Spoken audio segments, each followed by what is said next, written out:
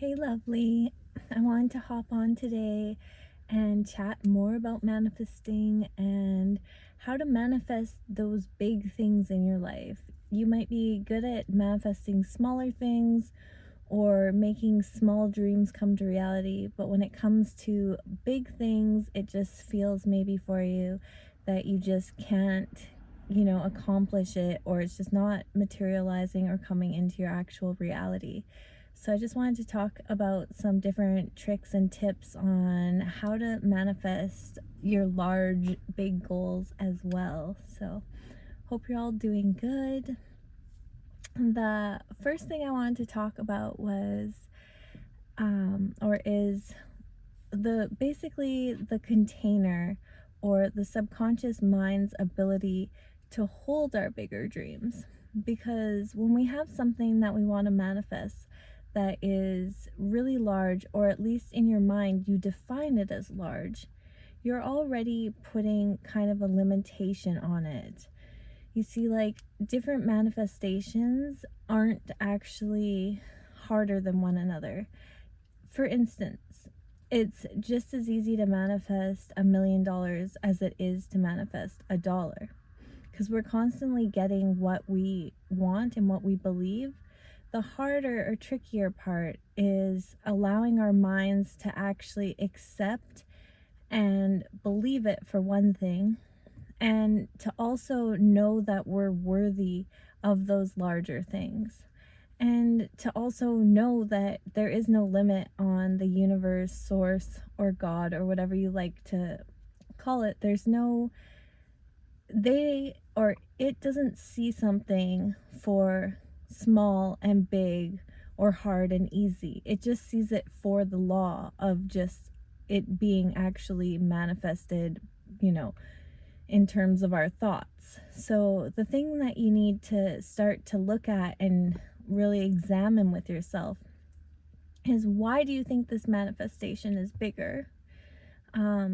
If you're thinking, like, say maybe you've manifested love or friends or good people around you, but when it comes to manifesting a lover or a husband or a wife, you feel like you'll never be able to, or it's so hard, or you're so specific on what you want. How could you ever manifest that person? Well, those are the things when you really have to get into the details and unpack, how is this container, how is your subconscious mind viewing this manifestation? Is it viewing it in a sense of, like, is it viewing it in this massive thing that is hard to achieve? Because if you define anything as hard, it's going to therefore be hard for you. So it's not going to manifest in a way. When you just even start changing that it's easy, and that you feel the limitless power and how just big everything is that we don't see and that we don't know, we make something seem a little easier. The more we remind ourselves that it's actually a law and that it's God and it's so much beyond what our minds think is easy and hard. Another thing, for instance, is maybe just perimeters that you've put on it. Like, maybe in your head you think, oh yeah, like, I could manifest a partner or a boyfriend, but they'll leave me. Or, oh, I'll manifest them for a bit, but then they'll see who I really am and they won't like me. Or, oh, I'll manifest that perfect person and then I'll start to not like them, like things will change. There might be things around this manifestation. The reason it's not coming in is because you have also contradicting thoughts around this manifestation. So you might think, yeah, I want the love of my life, but at the same time feel like you're going to wreck things.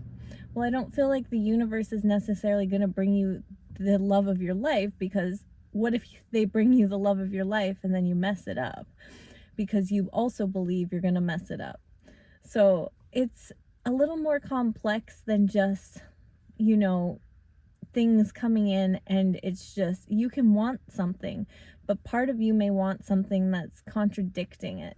So really opening that capacity to hold really big manifestations means that you have to push back and open and change the beliefs of any other limiting things that are also contradicting that big manifestation. For instance, I've been wanting to win a really large sum of money, or have a large sum of money come in through my work or through YouTube or through whatever means.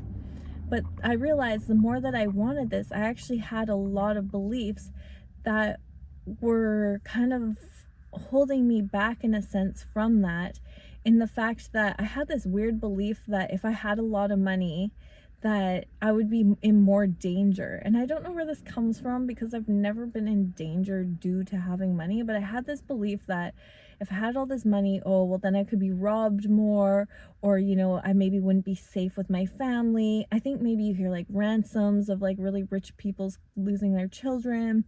And I had these weird thoughts, and I didn't even know they were there until I really started digging in and realized, oh, part of me thinks this is like not safe. Well, that's not good, because I believe that there's a lot of rich people that have a ton of money that are safe. If anything, you could buy more security, or, you know, no one really needs to know what your financial status is. It's not like you have to flaunt all your money and be like, it's whatever you're attracting by your belief. And if I was to get a large amount of money, maybe I would be attracting to get robbed or to have something negative happen, because I have this belief. So it's about really like looking at your big manifestation, whether it's love, a new car, a lot of money, happiness. You know, sometimes people are afraid that if they get all this happiness, that it'll be taken from them, and, you know, then you'll be even worse. Well, I don't think the universe is going to bring you that, because then you're going to be even worse. So there's conflicting things, and you really have to get a container and an envelope and a really clear subconscious on all the little details, so that they're all perfectly for the positive for you. And you really have to break down, what else is it? Like, if I get the love of my life, am I still going to feel confident? Am I going to feel good? Like, you want to feel good, and you want to feel confident, and you want to feel how you're feeling with your love of your life before that person even comes. So then when they come, you feel confident, you feel secure, you know, you are happy, you're not worrying about them, you're not needy.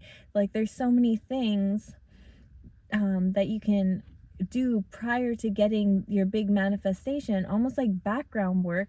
So when that big manifestation comes in for you, which it will, I promise, if you keep focusing and keep working and believing in your heart that the law of attraction and the law of assumption and all of this is real, it will show up for you. It's like literally, it's a matter of time, but it is aligning all those little beliefs, and they don't always show themselves right away. And there's been lots of things for me that I've had to work on and come do a full kind of 360 and realize, oh, there was something there. Like, I had no idea that I had this weird belief, or, you know, I didn't realize that I wasn't feeling secure in myself, or I still had maybe trauma from whatever, a past relationship. So it's really getting ready for yourself and making that container, so when that manifestation comes in, everything's smooth. So for instance, if you want to win $1 million, or if you want to have a crazy promotion at work, well, be that person that can handle that big promotion at work. Make sure that you don't have a lot of stress, you know, for other stuff. Make sure that you have a financial advisor, maybe, or maybe you make sure that you have bank accounts that hold large amounts of money, or that you feel secure about, or, you know, ways that you can be more discreet. And maybe you're choosing a job where you make money that is more in alignment with how you actually want to show up and have that money. Like, there's many different things, but I think everybody just has to analyze almost too much, to the point where you're just picking apart, is there anything that doesn't feel right? Is there anything that, when I have the love of my life, is this going to cause more stresses in my head? Like, when I've been in relationships that have failed, like, what else went on? And really look at yourself and really change those beliefs, because we can change any belief we have. We're creating our own reality. And if you have limiting beliefs around stuff, it's a matter of just recognizing it, saying, nope, stop, transmute, and you can alchemize it into something that is more benefiting, that is more with the truth and with the alignment that you're wanting to call in. So say maybe you're a performer, that you do some type of thing in front of people. If you get really bad stage fright, or you feel, really sick to the stomach, you still have to perform, you still have to do something. But like all those negative thoughts that come up before, if you can start just telling yourself and curbing them before they come up, nope, I've done this before, or stop, and just really transmuting the little dialogues that aren't benefiting you, soon they're not even going to be showing up for you. There's just so many different ways that we can really reprogram our minds. We're never too old to rewrite the story of what our head's telling us and the inner dialogue that's going on. And we can always make it more uplifting and positive. And I think making a bigger envelope to receive what we want is really just becoming that person, and just knowing that we're capable and this is what we truly want, and we can handle whatever comes our way. And knowing that, a lot of these things we tell ourselves aren't even the truth, and they're just programming that's been regurgitated or passed down from our parents. And there could have been truth for them, or they could have, like with the war and stuff, like obviously there's a lot of trauma for people losing their children in the war. And so these kind of scarcity things, or materialism, even got passed down. There's just so many things that get passed down that maybe aren't playing out in our current reality for us.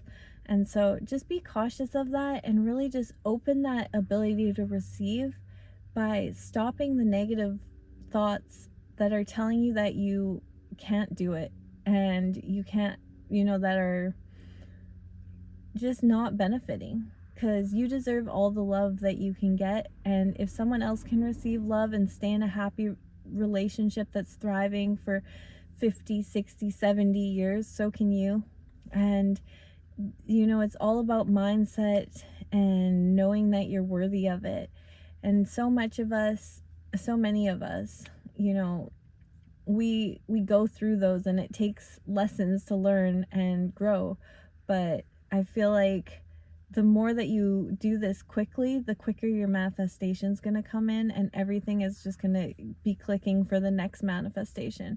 Because once you do it for one thing, you realize, oh, I can do this for the next thing. And then just boom, boom, boom, everything will just tumbleweed or snowball effect. Like it's just going to get bigger and bigger, because you're going to realize this works, and things are just going to really fly into your experience at a fast pace. So I hope that this helped, and I wish you guys all a really good day. Sending much love. If you liked it, you can give a thumbs up or subscribe.